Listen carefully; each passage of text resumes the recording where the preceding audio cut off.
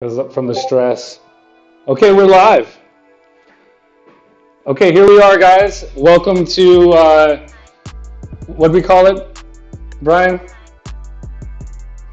Your audio's not working. I Hey, can you hear me? can hear you now. Okay, sorry.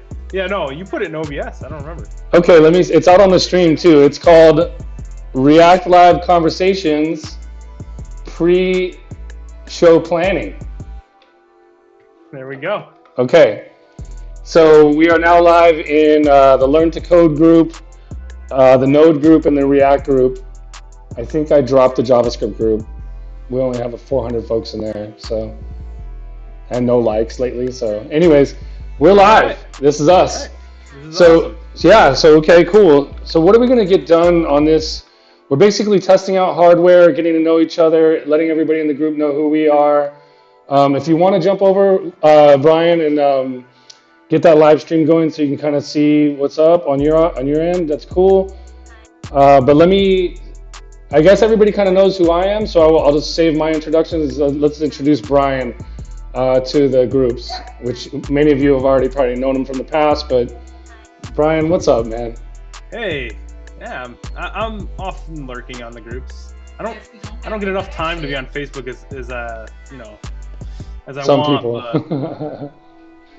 Yeah, I've been spending more time on it lately myself. So That sounds good. so yeah, primarily we wanted to talk about React, and I guess since we're just kind of winging it and doing some planning, I do have this document that I'm sharing that you also have as well. And let me just share my screen so everybody can Yeah. see it. And there we go. So I wrote a bunch of hubbub about how awesome we are, which I think the reality for me is, I've been on the web since the beginning. I'll stop throwing out the number, but let's just say right after AOL started becoming the web, I joined the web, and Yeah. and so, dude, I wrote a bunch of stuff about you without running it by you. But I basically Perfect. and now it's live for everyone to see. Let me make the font a little bigger, and you can tell me if you love it or hate it. But yeah, this being our pre-plan dealio. Brian and I first met on the web. They say never talk to strangers on the web, but here we are now hosting a show. So here's our Facebook group. I think what happened in that was I joined your React group and started blowing it up. What Right. happened? I love the confidence because that's what React's all about. You can like nowadays it's like React is for me it's a big library, and I still kind of know what I don't know now. Like I know what I need to get stronger at and actually apply. But you definitely came across as strong in that area, and also on the JavaScript side. And I do want to check out your dev.to. You seem to get a lot of accolades there, and let's go blow you up over there. So here you are, Steel Voltage. You got a ton of followers. Look at that, 65 hearts. Yeah, I blow that site up too with my thoughts. I don't know if all my thoughts are very good, but I put them on there. Well, what I like about not only your thoughts are good. What I like about your writing style is that it's always on topic about what people are kind of thinking. You also revisit stuff like closures. But what's cool is like you also interact me when I do my silly posts or rants, and thank you for doing that. Where I was like, explain to me. I was just being a dork. But it's actually ranking on Google now, and that was sort of the test there. But yeah, I liked your closure modules. But what I really liked about your stuff, Brian, is someone gave you like not they didn't flame you. I don't know if that's the right word, but someone Oh was boy, that yeah that one article. I want to show you something. Actually, hold on a second. Yeah, you want to share screens? Here, let me make you presenter.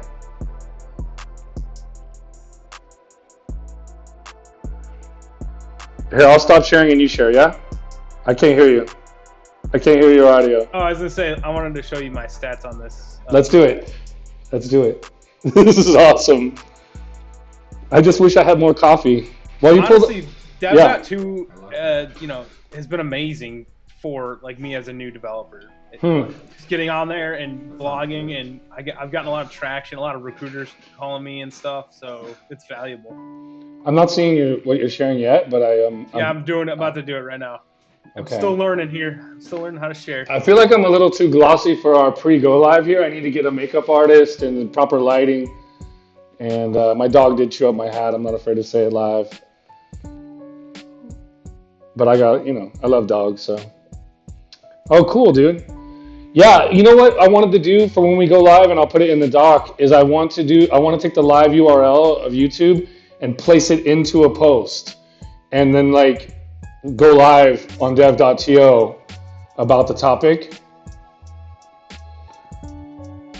Because I'm pretty sure we could do a live stream YouTube video from one of the posts. Yeah, that would be pretty cool. Yeah, and then also when we're done, go into YouTube and grab the not the transactions, what's it called? Not the translation, but the transcript, and paste that into the doc and like clean it up. How's everybody out there? We probably got 4 live viewers right now. What's up, guys? I'm over here above the planet Earth. Above the planet Earth? I'm on Mars. I don't know if you can see me right now, but I'm on Mars. No, yeah, I got your camera up here in the right-hand corner. So this is my dev.to like control panel or whatever you want to call it. Cool. And like, look how many views I've got, man. Like, I'm just amazed by this. I don't really write anything amazing either. I'm just, doing the basic stuff. Yeah, it trips me out. I got like 11 followers from messing with that guy Ben's post that the other day, and I was like, and even the dev staff, DevTO staff, do they follow you a lot? Yeah, they retweeted me one time actually. Yeah, they asked me about my Next.js stuff, and they're like, "Hey, can you make us a retweet?" And like, I submitted it. I don't know if they're gonna tweet it, but yeah, they seem to like stuff about Next and React. Yeah, you have some really good content. So here's the uncomfortable truth about dev.to. Okay, I want to show you how this works. So I made this thread here. So I made this thread here, right? Yeah. Or this blog post. You got Framework Hell. 6,000 views, right? If I do something about closures, I get 700. So people like the controversial stuff, and I didn't really mean to be controversial with some of this stuff. I was just putting my thoughts down. But this one, you don't need a front-end framework. You probably don't need a front-end framework. 47,000 views. 100. Wow.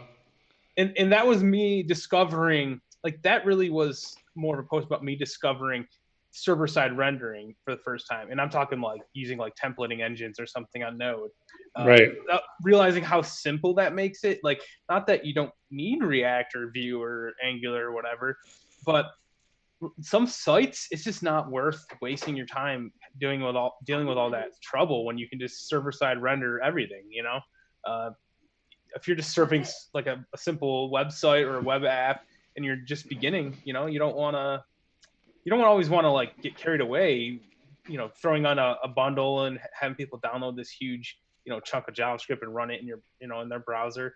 You just want to serve them a simple set of HTML and CSS, maybe a couple little JavaScript widgets or something. But, it's a weird way because I started learning the front end frameworks first. I think it's really weird, the paradigm shift that I've made where I'm realizing like when you don't need them and how, you have more experience than I do, Chad. So like you probably come from the other angle where you're like, you're starting like, why do I ever need React, right? Rather than me, it's like, now I'm starting to realize you don't always need React.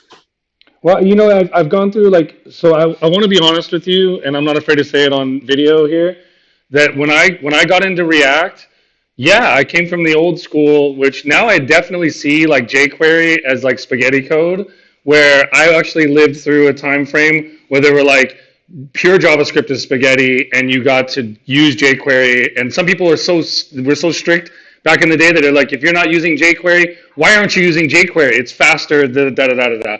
And so I've been through all that. And then I came and I found React, and I'm like, I got to be honest with you, everybody wants React. They're like, oh, we all want React experience, we want experts. So I was like, I got to be honest, I jumped on the bandwagon with React because it's for work. Everybody wants React stuff. So now I got to be honest with you. now that I'm picked up some other side clients from my day gig, the pressure's off, and I've been making a theme for Theme Forest. Not even for the money, but like I've been building in Next.js because you told me about it, and I'm falling in love with React and component design. And I'm like, it kind of reminds me of what Adobe Flex did for Flash, like component based, Yeah. and that was difficult too. So I digress, man, and I think I'm finally becoming and I get nervous for things that I start liking because by the time I start liking them, they're on their way out the door. So I'm like, watch out. If I start liking React, there might be something coming around the corner. Yeah, I mean, you've been at it so long, you've been through the cycle, So I see your hesitation. They're like, do I get on this bandwagon 100%? Me, like, I've been more exploratory. I started really hard in React. I made like 3 sites. Let's see one. Can we pull one up? I want to keep looking at your stuff. I'm gonna put the music back on low, and I am being cognizant of your time. But I mean, this is awesome. If you want to, just let's get an idea of who you are, man. Let's know everything. I'll bring my screen back up here. And again, I gotta say that's some amazing accolades you got there for blogging. I think dev.to, if people were talking about the paradigm of getting jobs in the modern day resume, you better be on dev.to. Yeah, I think it helps. I mean, obviously you don't need to be a blogger, but I think if you're trying to sell yourself as like someone who's really working hard at it, then you want to be like writing blog posts, sharing your thoughts, getting your kind of showing that you know what you're talking about. That's the way I look at it, at least. Well, let me tell you one thing while you're doing that. Let's check this out. But I'm gonna write a post, and maybe you'll beat me to it. But I'm gonna write a post about why jQuery isn't dead, and I'm gonna go and I'm gonna show you the stats and like of some articles about why it's still active and it's alive. It certainly declined, but the title is basically going to be clickbait, and it'll probably get tons of attention. So it is dead, it is dying, but it still has more install base than any of the more modern stuff. And I don't want to talk about jQuery. I'm just saying it's still part of Bootstrap 4. It's still in I talk to developers all the time. Vue developers are like, yeah, I love Vue, but all day I'm working on jQuery still, and I'm like, okay. All right, yeah, I mean, like my thing is and this is my site here. I love it. This is built in React. Well, you changed it. You changed it from when I remember it. Yeah. I've learned some things, so I try to stay dynamic with it. But I rebuilt it in July. Right after I got my first dev job, actually, I was like, I'm bored. I'll just rebuild this, and I built it in Gatsby. So it's 100%, which is a React statically rendered framework, or not framework, maybe library or I don't know. Yeah. Can I ask you about that? Can I ask you? Yeah. Okay. So look, I'm always going to refer to myself as I'm not a beginner React, but I'm not intermediate. I'm getting closer to intermediate, but I am capable of building stuff and Googling. So I'm not afraid to build apps, but when it comes to Gatsby, I haven't touched it. So when you say does it generate? What does it generate? You generate to a cache and then you release that, and there's does it now rely on React? I literally know nothing about Gatsby. Let me show you. Please. It'll be easier. While you're pulling that up, I'm gonna start some coffee, dude, if you don't mind. Yeah, go ahead.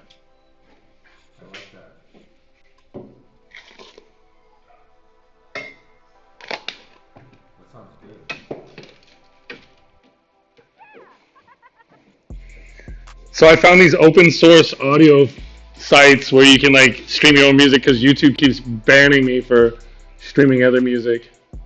So what are we looking at here? Awesome. Projects. Dope.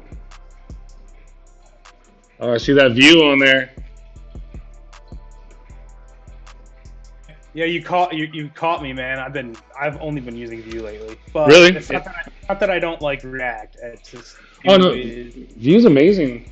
Yeah. Vue's my jam, and it just makes it easier than React. I would probably use React professionally more than I would personally, but. Well, that guy Ben from dev.to, he had some good explanations from people about explain Vue to me, and one guy had a really good kind of quick paragraph. Dope. Okay, so this is a All right, so Gatsby. this is my Gatsby site. Like this is my source code or whatever. So let me kind of walk you through Here, like what's let me mute. I'm gonna mute for a sec. Go for it. yeah. Let me walk you through this a little bit. So what we have here is the main like source directory. This has all my code in it, Node modules, all that. But the main thing to note about Gatsby is it's a Node application. It's not actually like a front end application or anything. So what it does is I have this config file, and this is some JavaScript objects that describe to the engine what to build. And these are plugins and stuff that I have installed to help me out, like styled components. I'm sure you've heard that before. That just lets me write CSS inside of my components. Makes it easier. I don't have to have a giant file. I can work on. I guess the benefit to me is like all of my CSS is like localized. It's componentized, so it's not bleeding through, and I don't have to deal with all those kind of problems. And then I have here, this is a source which looks into my image folder and uses GraphQL. So this is a GraphQL server, okay? And what it does is it builds a GraphQL server that has all my like static data. So I have, my images in there. I could put my blog posts, but I just linked my Dev.to posts. I feel like it's just easier that way. I don't have to keep the markdown in two different areas. Now that actually though, and I might come back and revisit this, Dev.to has like an API that I can just tap into and like literally just pull their all their data into my site here and render it out. It was just pretty dope. But essentially what Gatsby does, to get to the hammer of the point, is it builds your site in static files, like .html files, and depending on what content you have, you make templates. So like if I go into source here, pages, these are like some static pages, index, articles, but I also can make a template folder or directory, and in there have like a blog post template. And then as that, it pulls all the data down for each post, builds your URL. You kind of set up the stub for, or not, the slug for it. And then it just builds all your pages, and React kind of tethers it together and rehydrates on the front end and becomes a client-side app, which lets you have that like really snappy. So if we go to back to my blog, when you visit pages, it's really snappy because it's loading through JavaScript instead of, your standard full page refresh. So you get the benefits of being able to host your site on like a very cheap hosting. Actually, I use Netlify, and I don't pay anything for this site. I just bought the domain for it. And you can, you can even throw it up on an S3 bucket or like Google Cloud and serve it from there, and you're not going to pay, you don't have to pay anything. You're not running in an application, which is what you have to do with React. You have to run, no matter what, it's going to be running. You know what I mean? Yeah, like you could run it like on a. That's not true. I'm sorry. You could run it on a GitHub site. Stuff like that. Yeah. I keep thinking of server-side rendered React because like Next, because I use that so much more. But yeah, like Next is very you have to host it, and there's a Node app. But yeah. Okay. This is just, that clears some stuff up for me because I'm working on a Next app now, but I haven't yet deployed it, and I was wondering if it caches out like this does. Can we see what the source looks like? For the site, yeah. Like the output, yeah. Like on disk. Okay, it looks like that. Wow. Yeah, and the best part is you get the SEO. So like everything's filled out. Everything's filled out. Nice. As soon as the crawlers hit your site, they'll start consuming the information. So if someone searches for my site, I don't know what I rank on Google. I haven't actually checked, but I'm hoping eventually when someone tries to find, I was just looking at. I always love this because I made this fully responsive. But yeah, I just honestly I don't know. Let's see. I wonder if I just type my name if it'll like search engine me. The Zoom bars in my way here. Search engine me. No, that's really interesting. I mean, if you're interested, I'd love to see the project again. The directory. We can get into the kind of discussion we were having a few days ago on, I think it was the White Hat SEO group, where I was talking about Helmet. SEO helmet, which is in this site. So I'll show you a little bit of helmet. Okay. So and so like in layman's terms for someone like me, I didn't even Google it. What is helmet? So helmet is a component, basically. Okay. Like a series. I guess a better description would be a series of components that like kind of wrap your site and build out your meta tags for you, and fill in your description and all that. So here's my layout. Kind of makes sense because it's for the head, so it's like a helmet. Header. Okay. That makes sense. Is this it? I haven't been in this project in a while, so I'm trying to remember where all my stuff is. Well, gosh darn it. I'm trying to. Was it a component? Okay. Oh. Hold on. I'm losing my mind here. I'm trying to remember, like, it's not in the nav, is it? No. There's a component that has all my stuff in it for SEO. Oh, here it is. I literally look at it's the component called SEO. I'm losing my mind. All right, so here we go. Here's helmet. It looks a little bit what's the word for it? It's a little like JSX. Tons of so we have like it sets your language for you. So, Ink to English or whatever. Set your title. And then here the cool part is it's dynamic, so you can like depending on the page you can render the title differently in the browser. This links to your fave icon, which is nice because then that's pulled in for you. And you have all these meta tags, so description, title, and it's pulling from GraphQL, by the way. Okay. So here's my GraphQL query, and it's pulling out of there, into these props. So I'm pulling it on the props into here, which is setting it for me. So nice. All my meta stuff is set up, and then there's a concat at the end here because this all gets concatenated into one object, which is passed into meta, and then on the site you get all your SEO stuff. So if I go back here to my site and I pop up in my head, look at I got a full head, like all the stuff you need for your SEO to just be relevant and get your site crawled faster. So I love it, dude. That's what helmet is. And like there's not a whole lot to learn other than just like how to hook it up to your site. Do you have the published content on disk, like the published HTML in the local project? Oh yeah, I can show you a build. I can actually build it out. Yeah, I'd love to see. Yeah, I mean, dude, I love it. This is killer. That's a really good tip. So just so I can know, this is something I can use with Gatsby. You can use it with React, plain React too. Gatsby just uses the library. So see right here, React Helmet is installed in my package JSON file. So you just it's literally when you install Gatsby, the template that I use, it's called a starter. It's just basically like it built. You don't have to build everything from scratch. It's kind of like a Create React app for Gatsby, and it comes with Helmet. Comes with a lot of this stuff actually, but I installed some other stuff for myself. So like they have their own integration here for Helmet. So, but you can just use Helmet in plain React and it works pretty nicely in my opinion. Okay. I just want to check my script here. Okay. Build. That's it. I just want to make sure. Right here. npm run build. Is that something I could use with Next as well? Yes, but I think Next has their own variation of it. Okay. So, but we could always look that up later if you want to. Sure. I'm not 100% sure, but I'm sure there's something either equivalent or you can use that. Why do you think Ivan said that Next.js was a little too opinionated versus Razzle?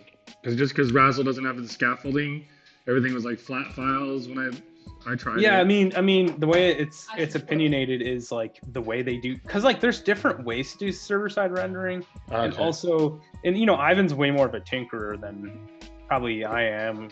I'm more like, let me just use the tools because I don't really want to get into the. But he's, the guy's been doing it forever. He gets into he got into like the React library and built his own amazingly. He built his own server-side rendering, which I was listening to some podcast like a couple weeks ago, and they're talking about Wix, the site thing. They use Next.js, or but they only because they couldn't build it themselves. So the entirety of Wix couldn't get server-side rendering to work right, and Ivan was able to do it by himself. I'm telling you, he's the best JavaScript guy I've ever known. Like, he is solid. When he said that, I was like, "You're like you are amazing, man." Like, yeah, I'm telling you. I mean, and he says he's got some time tomorrow to go live, and so if you wanna jump on that one too, I'd love to have you. Yeah, Ivan's awesome. I think you need some. I think our viewers need some solo time with Ivan though before I jump in, because when we and him get going, poor Chad's never gonna get a word in. I don't. It's okay. I don't need to. I'm too busy. Right. I just pushed us over to 2 other large React groups right now with 30,000 people, so we're live over there. Yeah, I built my site out. Let me see. Did it not build? Trying to figure out where it went. Public. There we go. Yeah, this is it. All right, so this is the index HTML. Let me open this up real quick. It's interesting that it minified it, because it's not minified in the browser. Maybe. Yeah. So because I'm not on Unreal web server, it kind of gets wonky here. But this is all it is. I can see I'm not serving it off from a web server, so it's not going to work right. But this is it. I mean, it just builds out all these files for you. I know this is a little bit dim. I don't know. Can you see it all right? I can. Yeah, I can see it. No, it's okay. Yeah, I like a dimmer theme, but I can always switch if people can't see this. I don't know if anyone's saying anything, but these are all the like minified. Also, they automatically do put it through Webpack for you, so it's all what's the word for it? It's all pre ES6, ES5 JavaScript. Yeah, it's look at all this. But yeah, this is what it does, and it serves that up, and it's not pretty when it spits it out, but no one needs to care about that because this is for the machine to read, not for people to read. Yeah. So, yeah. That was the first. That was the most confusing thing to me when I first started learning code. Is why would you do this? I didn't get it. It didn't make sense. I was like, why not just use JavaScript in the source code? But now I kind of get it. Not only does this make it a smaller file size, but at the same time it obfuscates your code, so other people can't rip you off as easily. And back in the day, you could open up a site and grab out the JavaScript really easily and kind of just, you don't have to do your own work, right? You just steal other people's code and use it. But now it's a lot harder to do that. And it's because they do this stuff. But I don't know. What do you think about that? Stuff that's worth stealing is usually kind of spaghetti-ish anyways. It's true, you're right. You can still go in and read tons of code that isn't short variable names like this and minified. But even still, you kind of have to take on what was in their head. So yeah, I mean, I still hack stuff like this sometimes. I don't mean to, but sometimes you have to. Yeah, if you need something. Yeah, but you're right. I mean, you're right. You get the minification plus the obfuscation, so that's cool. If you got me started on, is this the best for the web? And we started talking WebAssembly and how it hasn't really come around yet, or binary with the Flash days versus this. It would be a whole nother topic, but it's pretty good for where we're at today, as far as performance and transpilers and stuff. I don't think JavaScript should be the end all be all. And why do you think it won? Why do you think that it became the client? I think it's perfectly good enough right now, right? For what we need, but I think eventually we should probably go towards WebAssembly. But I think that should be a gradual and slow progression, not quickly how Flash was killed. I guess you can't really kill JavaScript as easily as Flash, but I mean, I don't know. Maybe Steve Jobs will come back and do it, because Yeah, I mean, he's probably the only one with the superpowers to kill JavaScript. he killed Flash pretty. I remember the day he did it. He wrote a big article about it, and he banned them on their platform. But yeah, so those are the old days. So, but yeah, but the thing is, I'll say one thing about WebAssembly is I joined all the groups on Facebook, which we can look at like DevTO and there's people talking about it and getting excited about it and what it represents. It's kind of like a early religion right now. It's like, oh, it's going to represent change and compilation in the browser versus JIT.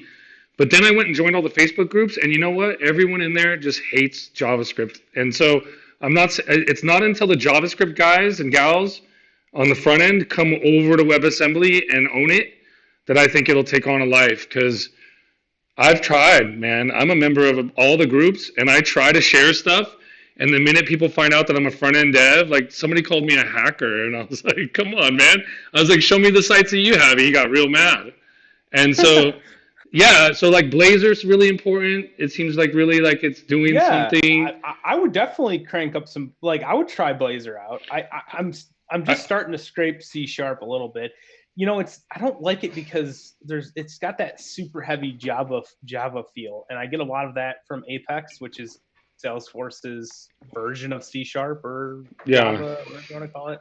I use that at work, right? And like, there's a lot of like little things I don't like about the language and the syntax because I started in JavaScript. Like, Yeah. I feel like JavaScript is a little bit more beautiful, but I think maybe I'm biased because I started there. I know the most about JavaScript. Python's a close second because I've used that a little bit, and like it feels like JavaScript a little bit. I kind of like the way you don't need curly braces. I don't mind Python, but I feel like the statically typed languages for me are a little bit.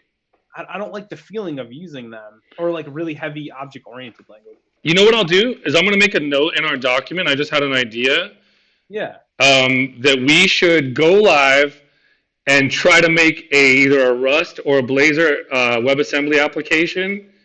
Like we don't know nothing about it. We'll just start Googling and start hammering it, and we'll try to make one like live. Yeah.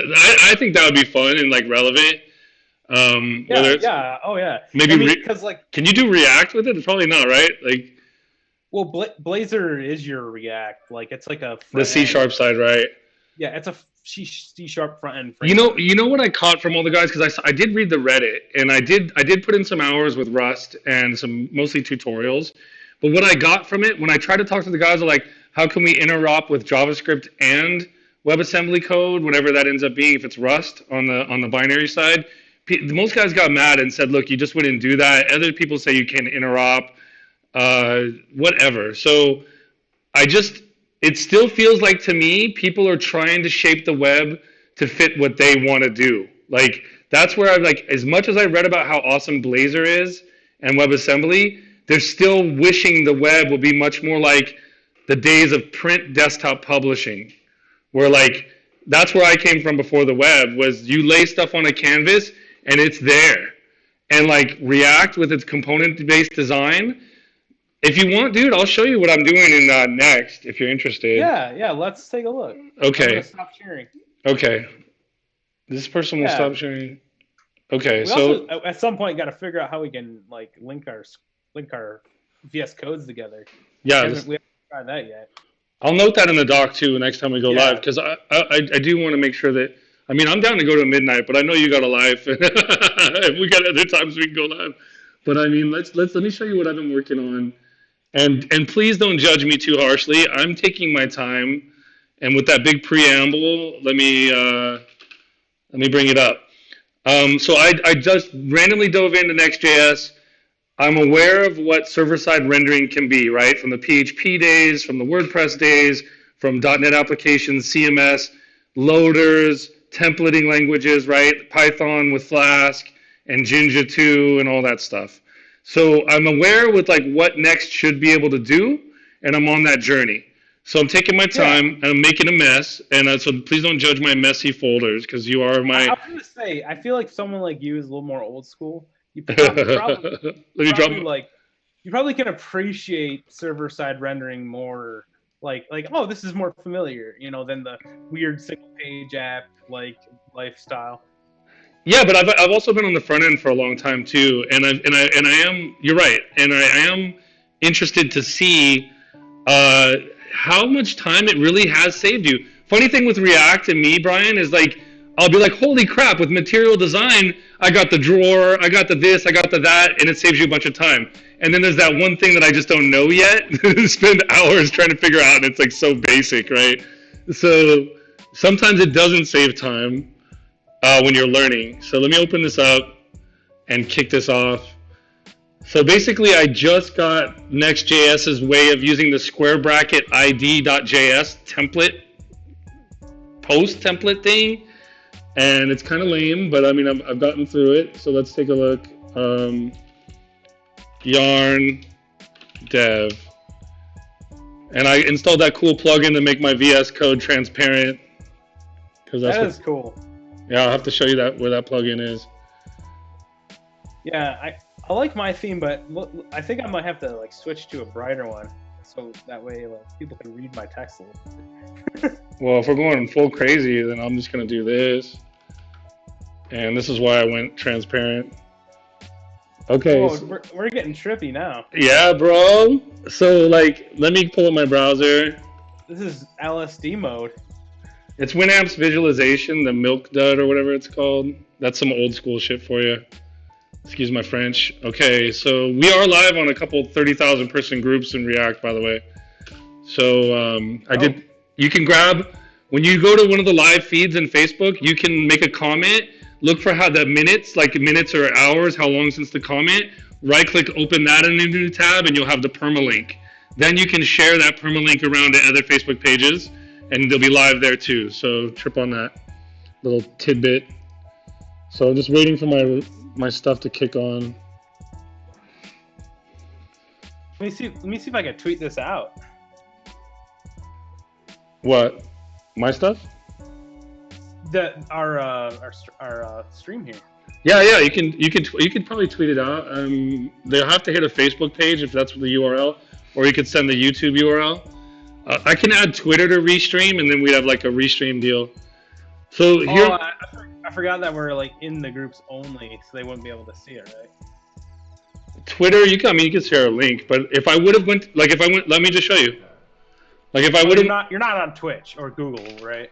Yeah, like inside this channel, the Restream channel, if I would have added a channel for Twitter, then you'd have like a live URL that does propagate across Twitter pretty well.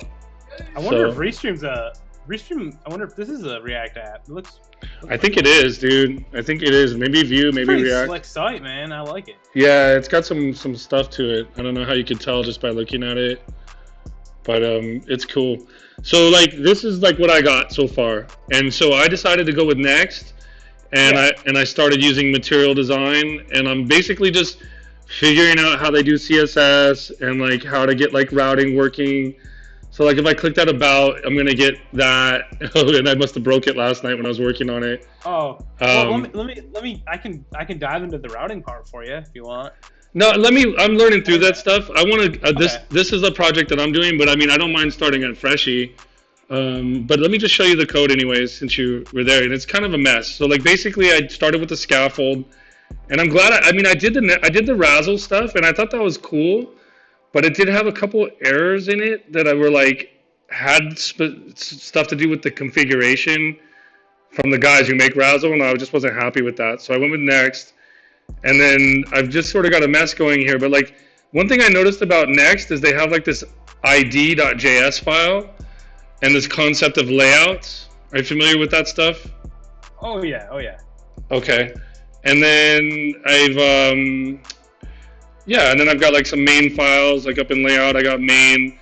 And this is where like last night I kind of got a little bit late where I was just basically styling and getting things to kind of work. And I think I kind of left off there. So it's a little messy, but I am happy with Material Design. Have you used that at all? No, but I'm looking at this looks crisp. Yeah, it's got some neat stuff, like, like it does that automatic. And basically what you do is you go Material Design, and then they have like their own little like doohickey site where you can just pull their code down and just start messing with it. So I don't know if it's this one.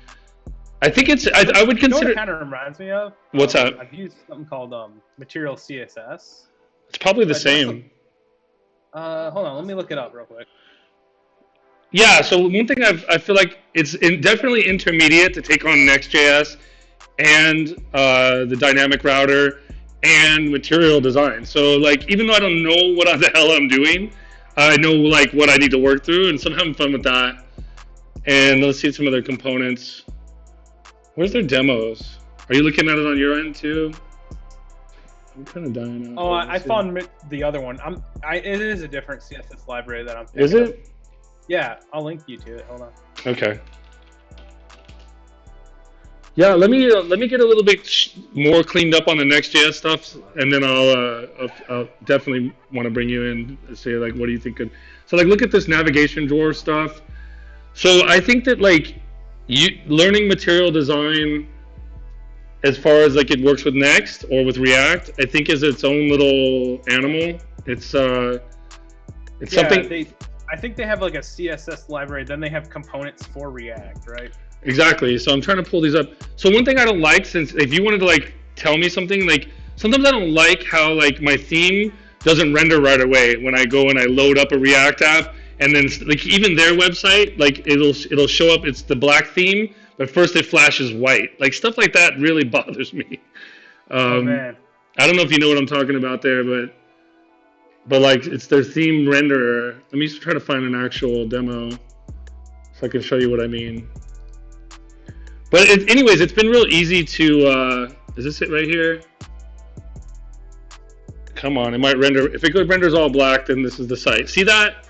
Like I don't. Oh, wow. Yeah, I don't appreciate that latency, and I've been getting that. Like, what's that all about? Like it's reloading again. So what it is they must have something that's detecting that you have a night mode type browser. Oh, you think? Yeah, and it that's why it pops in to it starts white because their default is white, and then they're like, oh, he's in night mode. I don't think I'm in night mode though. I might have chose dark mode on this thing. I might have. I can't recall. Like, look at that. I toggled it. Oh yeah. So it remembers me, but stuff like that just irritates me because like even in the local build that I'm working on right now, sometimes like the CSS hasn't yet loaded and it didn't render. So I'm gonna have to figure out how to. Oh. Check go to the inspector or bring it up. I want to see if they put that as a cookie or as like a Okay. See if they drop. Yeah, we can just because that's an interesting little technique there. I wonder if it's in your local storage or if it's a cookie. Okay, where do you want me to look? Sources? No, go to application. There you go, and then go to local storage. That would be there. Then like see a little like arrow. You gotta like it's like a folder. Yeah. So yeah. There we go.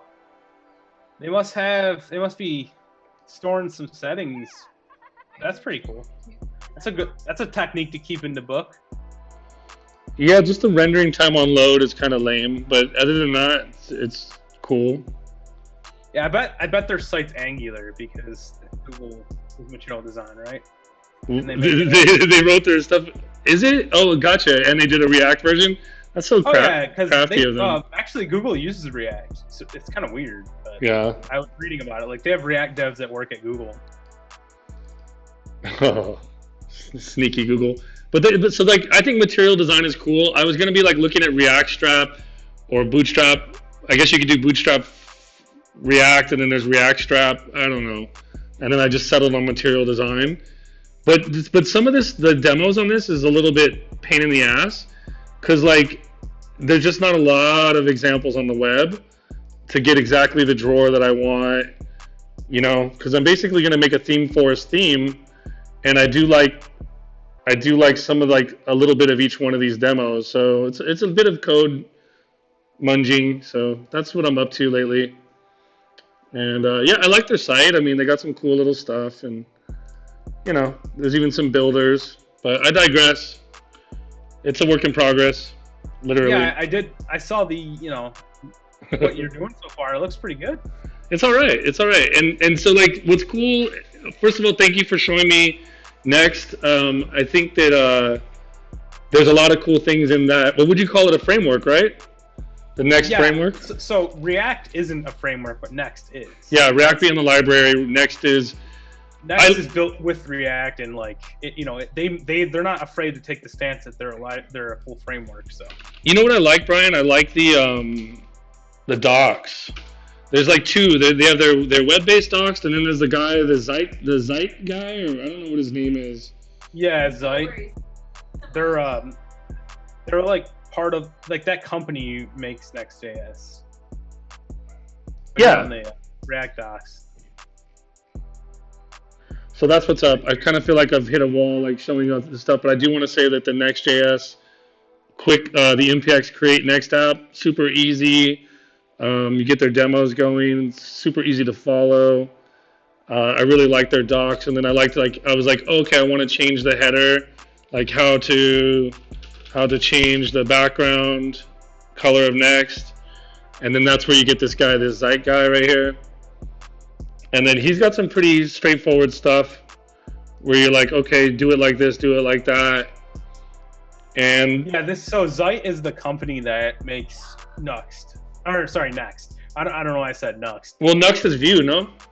Yeah, so I love Next. Like that's like my favorite front end thing ever. I guess it's also server, but you know what I mean. I love Next. It's Next, but for Vue. Yeah. Okay, like how so? Like straight ripoff, or like same guys, or like they blatantly say that they're inspired by Next on the website. So okay, they're unabashedly tying themselves to the same concept, and it works well the same way but better in my opinion. But I mean, I love Next, but I'm not trying to hate on it. But Next, in my opinion, is an improvement on it. Well, what was weird is if you type in Next.js, like Next comes up on the right. they got the SEO, man. That's why I was like a little confused when I was looking into it. But man, I mean, we got a Vue group, dude, and there's a new guy named DeMello who's joined today. I didn't realize I wasn't in there, and I was sad. Yeah, man. I mean, I those are the things I pine about at night, and I don't tell you because I just don't want to make you feel guilty. But I'm like, I knew you weren't. No. Learn Vue.js. That's the nomenclature for all of our groups. Is that sort of deal. So then, like this guy DeMello, he's kind of new to Vue. He loves it, and I've been wanting to talk him into going live. And I really think if we could get him and you going live, and he could just you could show him some stuff, I think he'd be super grateful. I gotta get him to school me on Vue. I'm the one still learning it. Yeah, but I mean, you got the component design skills. He's the one who told me that he's still writing a lot of jQuery at work and stuff. So, but yeah, he's all over our group now. So this is him doing it. I guess that was my point. Is that yeah, we could do some stuff over on the Vue group too. Doesn't have to just be React. Even though I'm currently in love with React, I'm going through this is kind of my first component design library that I'm really digging into. So. Yeah, React is a good place to start because, once you learn it, learning Vue will take you like 10 minutes. Yeah, I did do those full stack apps, and not to go on about my stuff, but I mean, I did do those full stack apps from Okta, if that's how you say it. And then here's the one in Vue, which I really enjoyed, and I built that one out. It was definitely more intuitive for a beginner who's not familiar with the JSX way. Yeah, my favorite thing about Vue over React, and like I said, there's nothing wrong with React, but what I like over is they give you a router, like a front. I'm just talking about front end Vue. They give you a router that you can install, and it's so easy. It works intuitively, like you can put a middleware on there like you would with an Express app, and that middleware will let you check for authentication before you render a route. And whereas React, you have to build that either through React Router or Reach Router or using something like Next, which has it built in. React, you have to do all that. Plus Vuex, which is the version of Redux for Vue, is really intuitive and easy as well. So it's, Vue is, you're right, it's easier for newbies to learn, but for an experienced person, for me, it just saves time and effort. I have to do less boilerplate to get my app up and running. To that point, I do recall finding a tool that's like a GUI for Vuex, I think. When you scaffold your application when you use this. Oh, There's a cool yeah. like desktop app that gives you all this data. Is that in Vue or is that React? I can't recall which one it was in. There's a, I think you have the React extension installed. Well, there's also that. there's a, I don't know about the desktop app, but I have a Vue extension that works really good. So I showed it to Ivan, and I'll have to bring it up on another. It isn't the plugin. It's something like this. It's like a view of like your Okay. entire application, but you can actually build your application with it. It's like if you want to use a CLI, you can use that, but there's also a way you can go into GUI mode for your CLI build, and it's got a front end interface and a whole lot more switches. So that, Oh wow. yeah, it was pretty dope. I'll find that for you because I can't. It's not popping up right now, but I showed it to Ivan, and he's like, "Yeah, that was pretty cool." But it's some. It looks a lot like something like this. I think I think too. Like React is great and like, but like I don't have a lot of time to code in my personal time anymore. I only have like a few hours a day, maybe less. And like when I was, first learning to code, I had the time to set up React stuff. But Vue just lets me get going. Like I Yeah. haven't been rebuilding a site, and I'll probably write a blog post about it and stuff in the next whenever I finish it, which should be pretty soon. But I did all that in with Nuxt, and I did static rendering like Gatsby, but right out of Nuxt, and like it's built into it.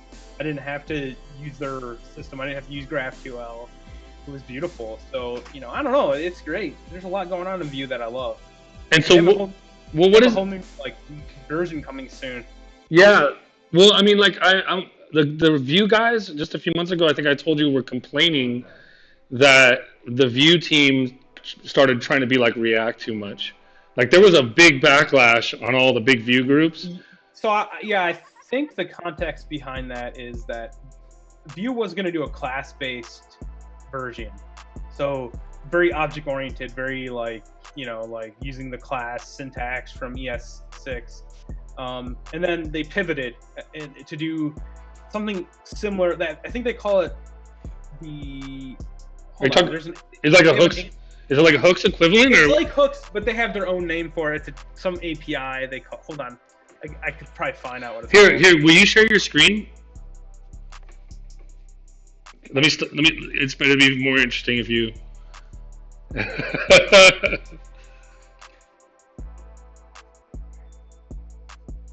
Man, this has been amazing. I think that for a planning video, this is awesome. I mean, no doubt I'm learning stuff, and I think this will be cool for people out there to just kind of hear some developers talk.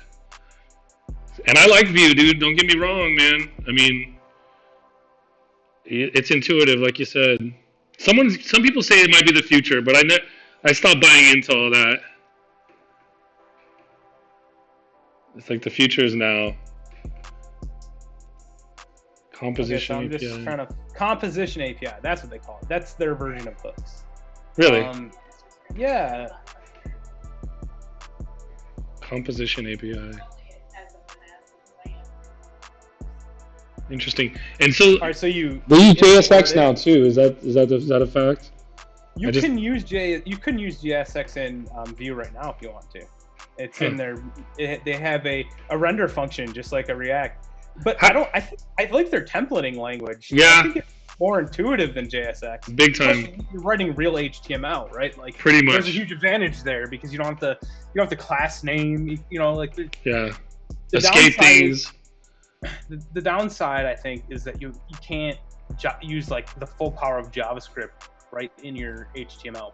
But Vue makes you think about it a little differently. It's more Yeah. like it's more akin to using something like I don't know. It's like a fancier version of okay. It's like you take Angular's complexity and like the way it's set up, and it has a baby with React simplicity.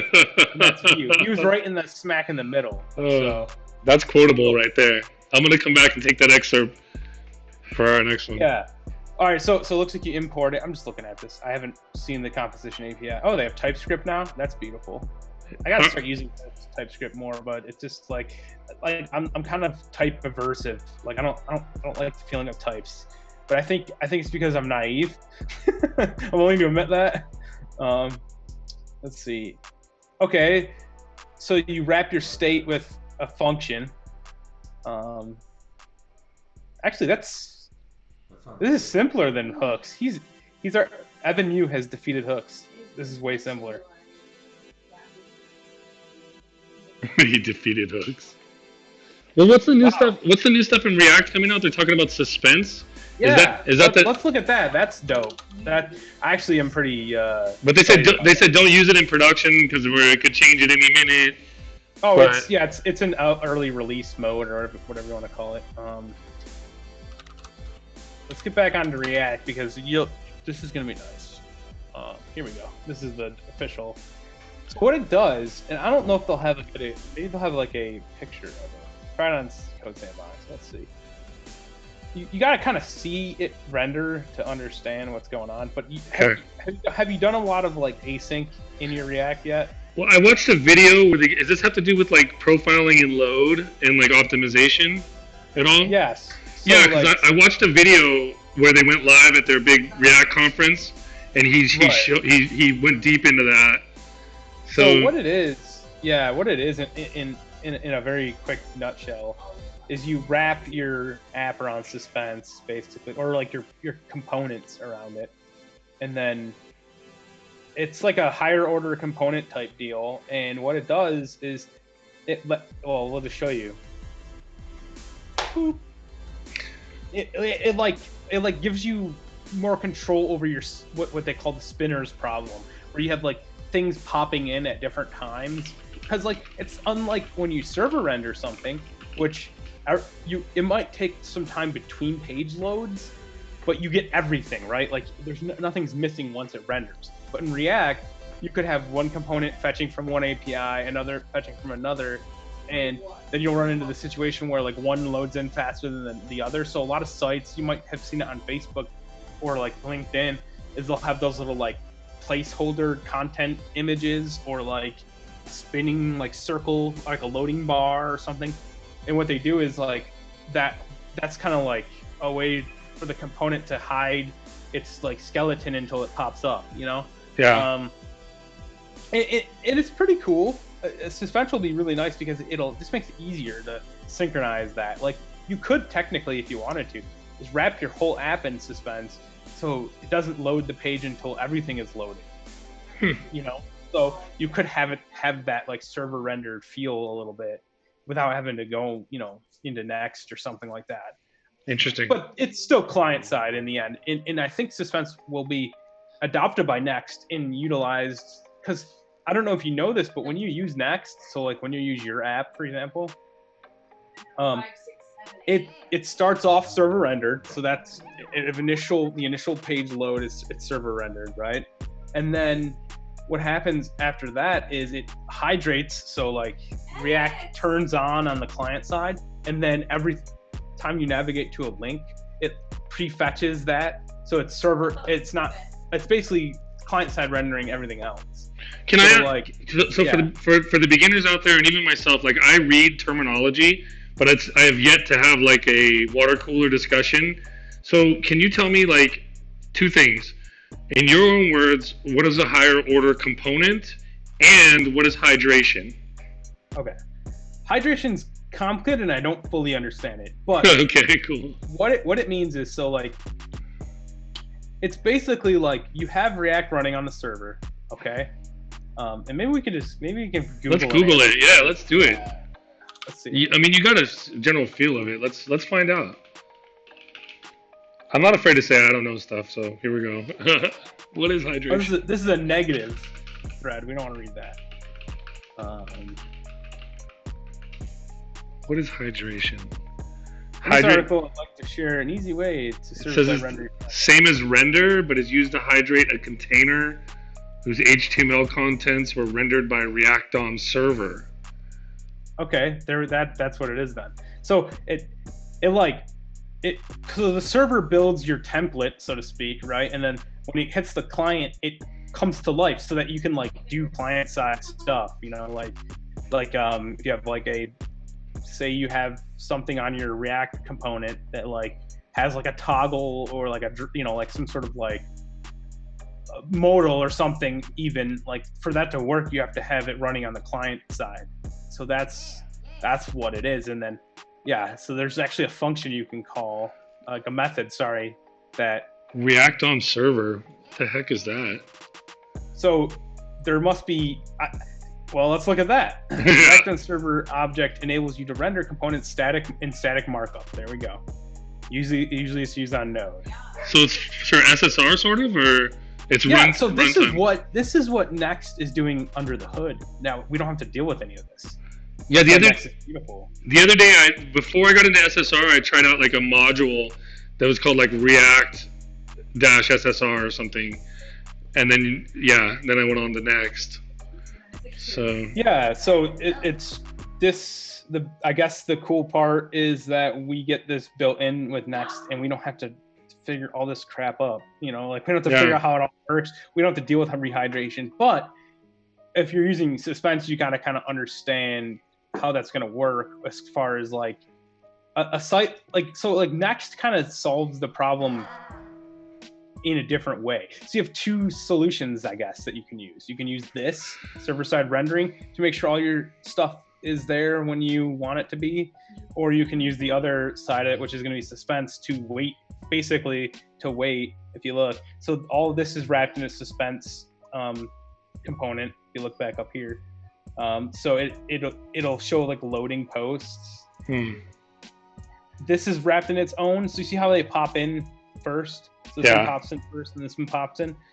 So this is wrapped in its own Suspense container. This one's wrapped in its own Suspense container, and they don't appear like until it's done loading, which is cool. That's dope. That's super dope. And what do you think Redux falls into line with Next or with? So Redux is basically your state management library that you use with React. Well, you don't have to. You can use it with anything. All it is some like JavaScript wrappers that like help you like control and filter your information, and you can configure it to work in Next pretty easily if you have a lot of like client-side state to worry about, which it's possible that you would. I know like Vuex works pretty cool for Nux, which is like their version of using Redux, and like it lets you, like, I know for personally, like I'm statically generating my pages, so like just like you would with Gatsby, and my Vuex store is built when I do the generation of the pages, so like it's not happening client side, which is kind of cool. Like it just comes like immediately with everything in state, and like all the, like, I guess what we would call my boilerplate. What I'm doing is using it to load like blog posts and stuff, and then building pages from that are statically rendered or statically generated. It's a little different than like a normal server-side rendered app, but still, like you could do that with like Next as well, because they have basically feature parity. Next has basically all the same features as Nuxt, because they're kind of the same project but on different sides of the fences. Am I guessing right with Next, where you could probably make it statically generate out your site into cache, or you can make it runtime as well, like upon each request? Okay. So you could, or even a hybrid of that. Yeah, like for example, when you're doing your little like you're doing your template for where you're gonna put it on. You were gonna put it on. What do you mean? The theme forest. Theme forest. Yeah. So you could statically generate all those pages and put them up there, and easily. You don't have to have it served, which is pretty cool. So like so think about like a real estate website. Like maybe your home page doesn't change very much, and the about us and the contact us, all that stuff, you probably want to cache that. But then maybe if you have dynamic stuff like new listings coming in that are pulled from like a service. That's a great example. That's something you would want. So you could build you could statically generate all your pages that are like commonly like you only update like once a month or something. And what I would do personally, and I've done this before, or if you use Netlify, they do it automatically for you, is you tie your like your host or whatever, your service to your GitHub. And when you publish a change to your GitHub repo, it rebuilds your site, and push it. So your master branch, for example, say you tether it to your master branch. So when you push to master or do a pull request to get all your new information in there, it rebuilds your site for you live. So like that's another cool way of doing it. And then yeah, like you said, like say you have like listings you're pulling in, you just make a page for listings, and then you do all that client side. So you have an option, right? You have the choice, which is really awesome with these libraries. Is like you can use the advantages of both of them in the same app. That's cool. Yeah, because that's been the argument, is that SPAs with SEO, and then you have all the other things that you want to change on a very large website, and they might be dynamic. You might be consuming APIs. Cool. Yeah, it makes sense. And you might want to even cache those if they're going to be around longer too. Right. Or even cache queries, like people use your search, like when you put up a system and you're like, yeah, just run searches against my system that calls other APIs. I don't know what I want to cache on disk. On the first query, it might bring it down and actually cache it into the app. I'll have to see if Next can do that. Like I imagine it could. So I'm using this CMS called Sanity, and and what I'm doing with the new site I'm building, it's for this webcomic artist I know. I'm building her like a site to host her comics and like show off her art and stuff. But I have a Sanity CMS set up, and I'm pulling all that in at build time. So like I'm gonna host it up on Netlify. So it'll build from my GitHub, pull up all the current master branch, build the site out using Node, like a little like quick. I think it uses AWS honestly, but underneath the hood. And what it does, it fires up a little, AWS function or Lambda function that runs that code through Node.js, and then spits out the static pages into their content delivery network. And then that's how my site is pushed out to the web. It's pretty dope. And guess what? $0 hosting costs. Can I see? Will you pull that up? Would you?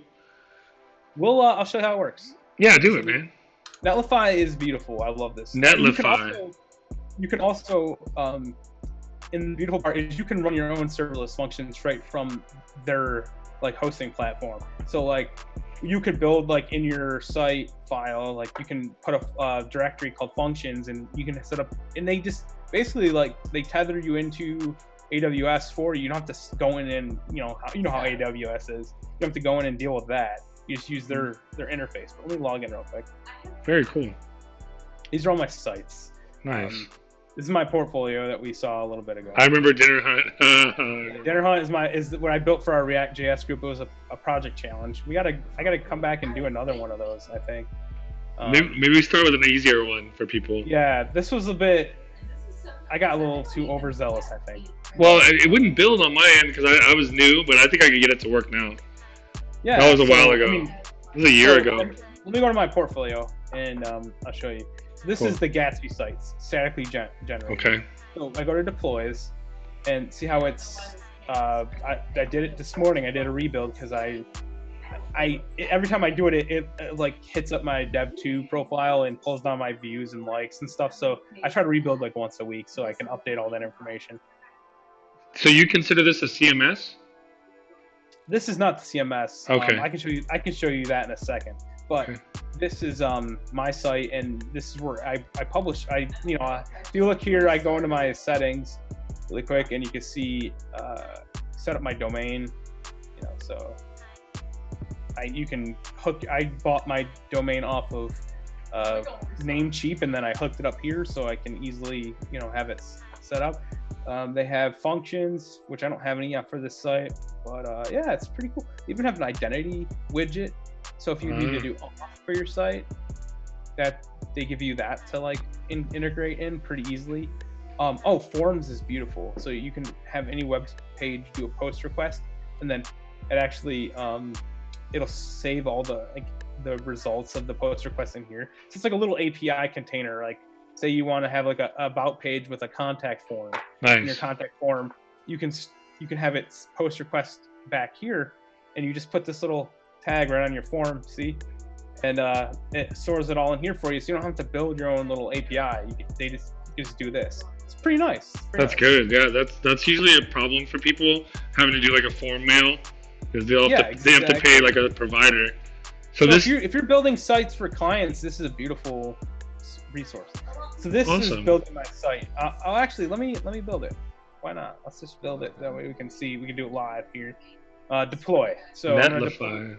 So what this is doing when I hit this button, it's gonna hit my GitHub, pull down all the files that are there. So if I had made a change to my portfolio, say like I changed something in my helmet, I wanted to update my description, right, to kind of bring it full circle, I would do that, push it to master branch, or do a pull request. I just push to master because it's just me. I'm not working with a team, but push it to master, and then I come here and I hit deploy. Now, it also when I push to master from like my Git command line, it does this. I don't have to come here and click the button. I'm just doing that to show you can do it manually. Okay. Yeah, it'll build automatically, so you can come and look and see like, did it fail? Because like if maybe you have a problem or something with your code, it might fail. But as you can see, it's doing all sorts of stuff. It tries to run Ruby, tries to run PHP. It's going through here. It figured out that I have Node, I think. Huh. Yep. Now it's running my Node scripts that build my site. So it's creating the pages, updating my GraphQL schema. It's running. This is all running on probably AWS somewhere behind the scenes. Now it's getting all the data out of my queries from my GraphQL. Now it's writing. It's basically building the HTML for my site. Rad.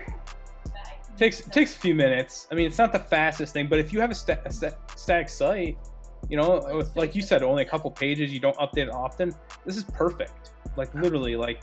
What was the cost on it? What was the cost on it? $0. For until what? Until you have 10, 20 sites, or? I think it scales based on how many people you have. We can go to their salesy part. $0. Pricing. Let's go to pricing. All right, so here's where they start charging you. Oh, team members. More than one build running. So I mean, for a personal site, that's never going to happen. If you want to protect your site with a password, if you have team people, so you have more than, if you're a business.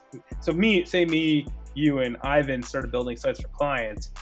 We might want to pay the $45 a month so we can work together on the same projects. And you get notifications. So you get some API access that you don't get on the starter tier. But literally, like I couldn't think of much that you would need this for unless you're like maybe a web agency or a small team. You know what I mean? I love how they jumped to $1,000 a month. That's awesome. Yeah, I see that a lot with like these newer, like I guess like web businesses where they'll have like a really like generous, like Auth0 is like this too, which I've played with them recently too. And you played with Autka, which is cool because like we both have used the two different providers here of like authentication.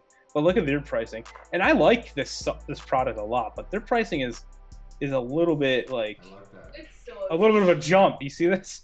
So you go from their free tier, which you get some basic stuff, and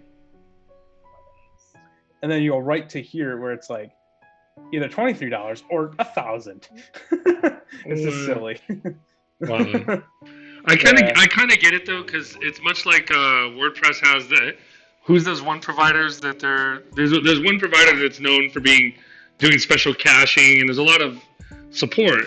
So you're basically looking at like $12,000 a year, and you'll get someone to be basically your server admin, or whatever. You get a higher level support. That's not bad.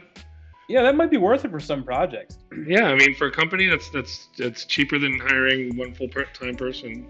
Yeah, and you said you're kind of outsourcing that part of it, but yeah, Netlify, definitely use it for your stuff. I mean, you have nothing to lose until they change this tier. You're fine. Like they'll let you put your custom domains on there. You have Git integration.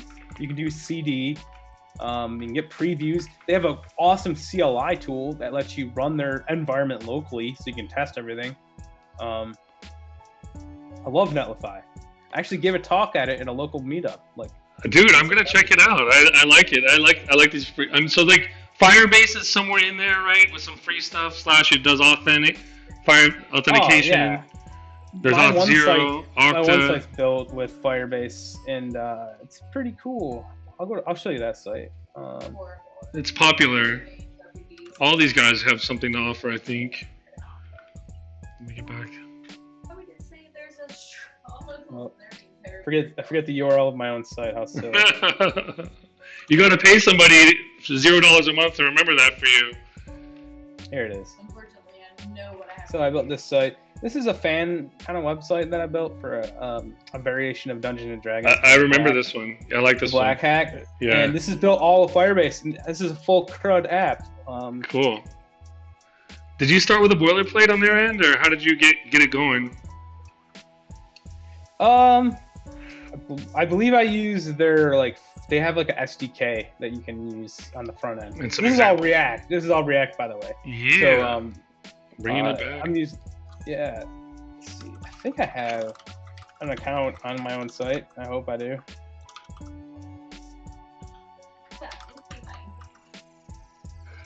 Okay, so this is a pretty cool app I built. So you can create your character. So this is like Genric, the character I made, which I can manage him.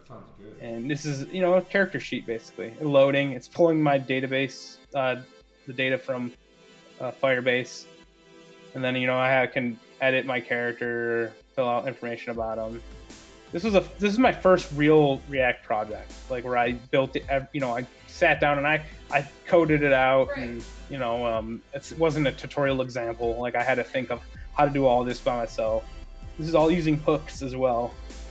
Nice. So let me ask you, I'm learning React, right? Like to the point where I can recognize if some example code I have is either in class form or if it's in hook form. So do some applications, do you mix code, or you just strictly say this whole app is going to be in hooks, no component is going to be in classes, or do you know what I'm saying? Like if you're grabbing, I follow you. If you're grabbing code off the web and you're like, oh, this code is doing exactly what I want, but my app is mostly written in hooks, I'm going to refactor this into hooks, or do you, what's your belief system? Like, technically you can mix them, or what? So the way I look at it is you have the class-based component system, which is, they won't say it, but in my opinion, it's deprecated.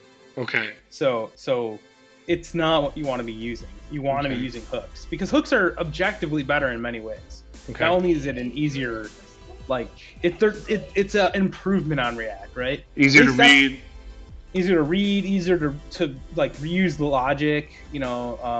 They're functional components, so the coding out your component itself, in my opinion, is a lot easier. You're not tied to the limitations of using the class API in JavaScript. You're using a more natural version of JavaScript, right? And so where does the term pure component come into, or pure function? Does that tie in? Oh, so a pure function is a functional programming paradigm thing, which, and I could be misquoting this. I'm not a functional programmer, but what it intends is that every component does one thing. So it returns the same thing. There's no side effects, which is really hard to do in in respect for React, because I heard about it the other day, and I've heard the terminology, and it's crazy. You can work with code for years even and never really notice what they meant. But I think it was pure functional components in React. I just Googled it right now. So I guess components are basically functions to a degree, right? And this is me still talking. Well, yeah. I mean, if you think so, knowing so with JavaScript in general, all that a class is a function too. But there's syntactic. I can never say that word. Syntactic sugar on top of. It's on top of your. Basically, it sits on top of. The class sits on top of a function and does all that prototyping stuff for you, which I don't know who's here. In general, it's a little bit easier to in my opinion, to reason about a function than it is this abstraction of a function. Right. You know, it's kind of weird. It's because it's not like C# where like everything is a class and then it becomes an object. In JavaScript, everything's an object and it has a prototype. It's a different object-oriented paradigm altogether. And then they threw the class API there into ES6 so you can use it. And what happened was it works great, but like people who are coming from C# or Java or something, like they think it's one thing when it's something else, and they'll run into problems. You know what I mean? Yeah, I do. So that's good. Yeah, it's good conversational too for like the new folks, including myself, to just sort of get that terminology, like what's a pure component, what's a pure function. It's like whatever you pass in, it comes out. It's what it's going to be expected. Like no artifacts or no, I forget. I'll have to Google that. But yeah, I'll be right back. I'm gonna grab a drink real quick. Okay. Hey, what I'm gonna do is I'm gonna pull up the document and put some ideas down for our next episode. Okay. Because I do want to stick some WebAssembly stuff in there and see if there's like and I don't mean to keep making. Like, grab your drink and I'll be here. I got the document up. All right.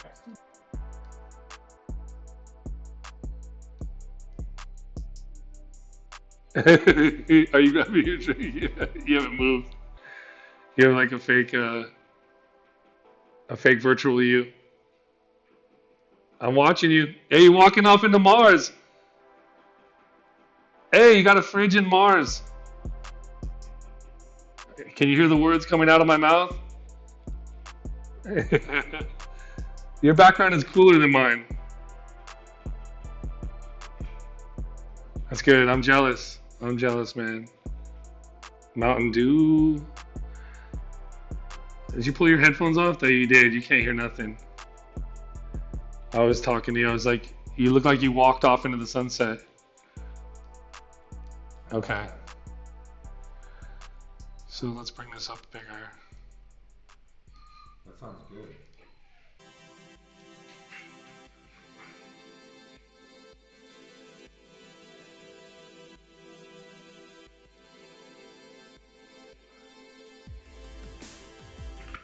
Where you at, Brian?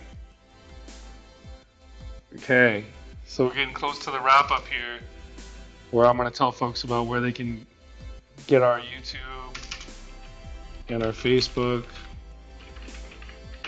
I'll just put that here.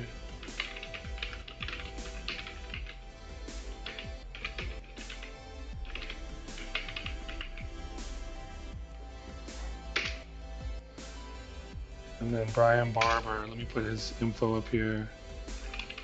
Dev.to.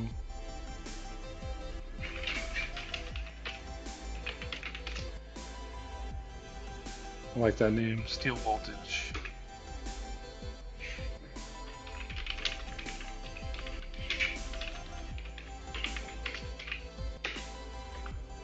I might as well put me there too. See if I pop up. Hey, who's that guy? Rather be surfing.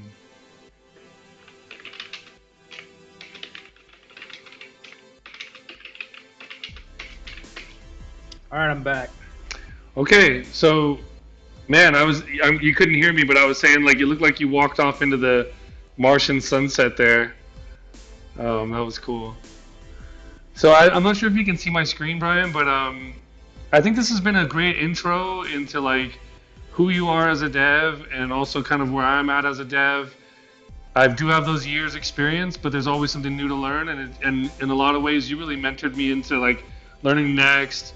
Your solid new school skills are awesome, man. So this has been great, and I've got this document here.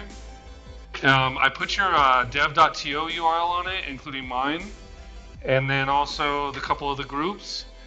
And then I was gonna say, maybe we won't do it in our next meetup online, but I think we should do something with WebAssembly. I think we should try it out for fun because we brought it up. Yeah, that's pretty cool. I mean, I don't know anything about it, so it'd be really interesting to try it out. Yeah, I would love to get, like, I don't know if that has to be, maybe it's not our next dealio, but like, I love this stuff I learned from Chase Rayner, the SEO genius guy that I follow. the authority hacker. He just gets after it. He's like, let's try something, and then just goes after it, pair programming style. But well, that'd be us. But he does it on his own. So I stuck WebAssembly in the dock, but we can always hit React. I think that like a little bit of like something with suspense, maybe a little more hands-on. Next time maybe is an option. Also, maybe generating a Next.js app from scratch might be fun. Like, Oh, you know what I could show you, which is another really cool feature about Next.js is I can show you their they have built-in serverless function like with an API. So like you can literally build an API right in your pages folder. I can show you that. That'd be pretty cool. okay, so I'll note that here. Unless you're dying to show it to me now, but I'll just note it for like when we do meet up again because this is just the planning. This has been awesome. I think it's a great intro for everybody to meet you, know your skills, know where I'm coming from, and this has been rad. I'm sure people learned stuff. I know I did. So I'll make a Next.js, and then you said the API setup. Yeah, yep, we can do that. That's really cool and pretty useful. Like you don't have to make a second like app, And then I think we should, serve your API routes. yeah, if we're gonna make a Next.js app, like we'll also figure out how to link code sharing in VS Code. You know, we'll have that. We could figure it out on the live stream. It don't matter. And then also, what was another one? The equivalent of Helmet might be interesting if there is one. Yeah, Might be like worthwhile. And if we have time, we could actually deploy it. Like it's always nice to be like, well, hey, we're gonna build a thing that does a thing, and let's get it out, and whatever. So maybe we deploy it, and then maybe next time we talk about Svelte a little bit. Svelte, I think you mentioned that. Ah, yeah. I love Spell. It's, All right. yeah, we could talk about it. I think it would be eye-opening for you too. Okay, so I'll just keep that on the list because I don't want to like be so structural that like it's not fun. But I think there's some fun in sort of this like random Wild West. Let's just try to make some stuff. So so Yeah, I agree. Like it's fun, just like because like we could do this stuff without being live. But why not do it live? hell yeah. All right, well, man, I mean, I know we could go forever, but it's been an honor to finally like go live. This is a milestone, and I think that we're generating some cool content for the people out there. And I'm doing it from space. You're in Mars. That's amazing.